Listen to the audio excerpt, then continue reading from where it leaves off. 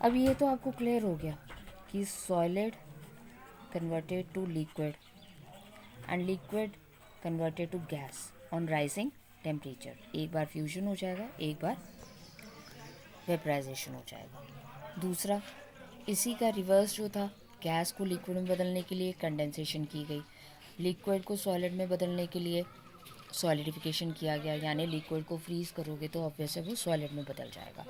एक आपके पास आ जाता है कि कुछ हमारे पास सॉलिड्स ऐसे होते हैं, जैसे आपकी नैफ्थलीन बॉल्स जो हैं, ये आपने देखा होगा, आपके पेरेंट्स भी वुलन क्लोथ्स को जब संभाल के रखते हैं तो उनमें वाइट कलर की बॉल्स डालते हैं।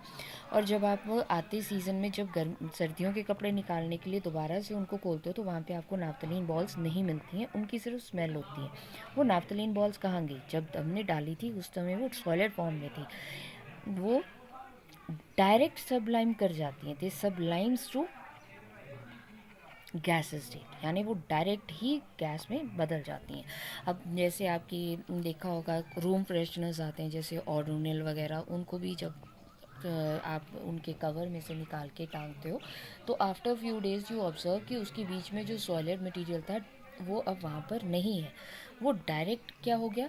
गैस में बदल गया। यानी इन दोनों सॉलिड के गैस में बदलने में, यानी नैफ्थलीन बॉल्स या ओडोनिल वगैरह आ गए या आपके अमोनियम क्लोराइड आ जाता है, इनके केस में जो है लिक्विड स्टेज नहीं बनती, वो डायरेक्ट ही सॉलिड में बदल जाती है। That is no liquid state, there is no liquid formation in that.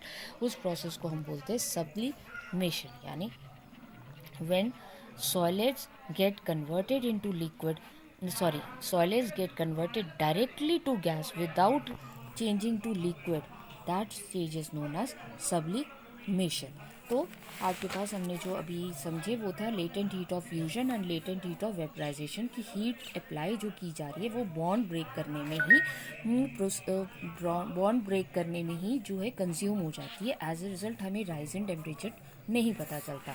और वेपराइजेशन के केस में भी लिक्विड को जब हम गैस में बदलते हैं तो उसमें भी जितनी भी एनर्जी अप्लाई की गई थी that was consumed in breaking the bond, so that liquid के मॉलिक्यूल्स जो है वो लूज हो जाएं, दूर दूर चले जाएं, और वो दूर चले जाएंगे तो इसका मतलब वो गैस में बदल गए। That is vaporisation and even that doesn't show any rise in the temperature.